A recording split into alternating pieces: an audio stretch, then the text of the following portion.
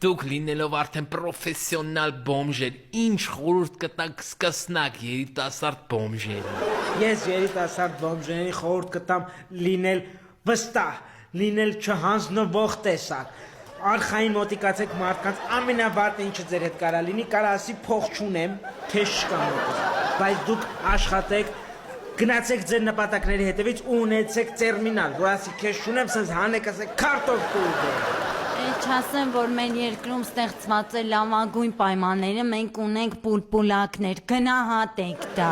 Շատ լավ բան ասեցիք, սիրելի ընկերներ, ես էլ իմ հերթին ուզում եմ ավելացնել, որ ես էլ չեմ սիրում պոնտեր։ Հիմա կան շատ բոմժեր, որ ասենք շներով են ֆռում կամ կալյասկով բանով, յանի վիձիցելի, էլի։ Ասենք, բայց ես են եմ ինչ որ կամ, ու ես շատ շնորհակալ եմ այդ ամենի համար հորս, որ ինքը